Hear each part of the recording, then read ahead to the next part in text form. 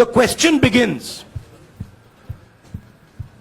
a few weeks back in Parliament, where I asked the Prime Minister a very specific set of questions.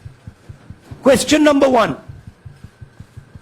20,000 crore rupees or $3 billion are in shell companies owned by Mr. Adani. Mr. Adani could not have generated this money. He's an infrastructure business. Where did this money come from? Whose money is it? That was the first question. Whose shell companies are there? These companies are working in the defense field. Why does nobody know whose money this is? There is a Chinese national involved in this. Why is nobody asking the question, who is this Chinese national? That was the first question. Second question was, set of questions with proof. What is the Prime Minister's relationship with Mr. Adani? I showed a picture of the Prime Minister and Mr. Adani's plane relaxing. I gave documentation about the defense industry, about the airports, about statements made in Sri Lanka, about statements made in Bangladesh, pictures of Mr. Narendra Modi sitting with the State Bank chairman in Australia.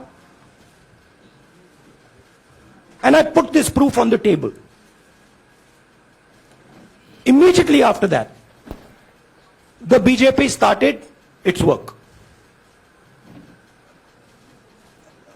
My speech was expunged. I wrote a letter to the Speaker with a detailed explanation on the defense industry, on the airports, with press clippings, supporting documents, legal documents, and said, this is the supporting foundation of my speech. I have not made this speech, I have not invented this. This is detailed research, here it is. Nothing happened. Nothing was revoked.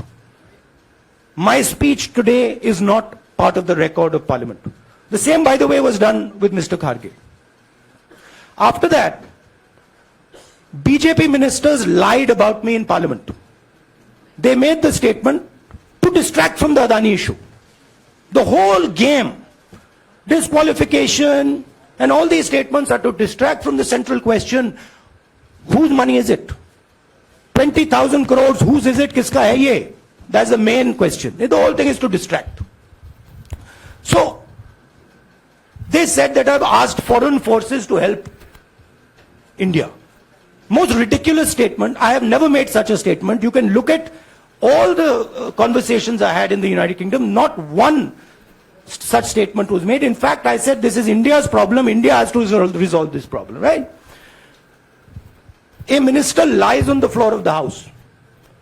I wrote to the Speaker and I said, Speaker, sir, it is my right as a member of Parliament, when somebody makes an accusation, to state my position. Please let me state my position. The first letter is not answered. I then write a second letter with more details, saying the names and what was said. Still no answer. I then go to the Speaker's chamber and I say, Speaker, sir, what is going on? We live in a democracy. You are the defender of that democracy. Why are you not letting me make my statement? The Speaker smiles and says, I cannot do that. Come and have a cup of tea with me. Right? So this is the whole drama that is being orchestrated to defend the Prime Minister from the simple question, whose 20,000 crore rupees, whose $3 billion went to Mr. Adani shell companies? हाँ जी मोहित, एक minute सबको मौका मिलेगा. राहुल जी, मोहित दुबे हूं मैं. मेरा सवाल ये है कि आप शहीदों. By the way, sorry, I just need to finish that. I left out a part.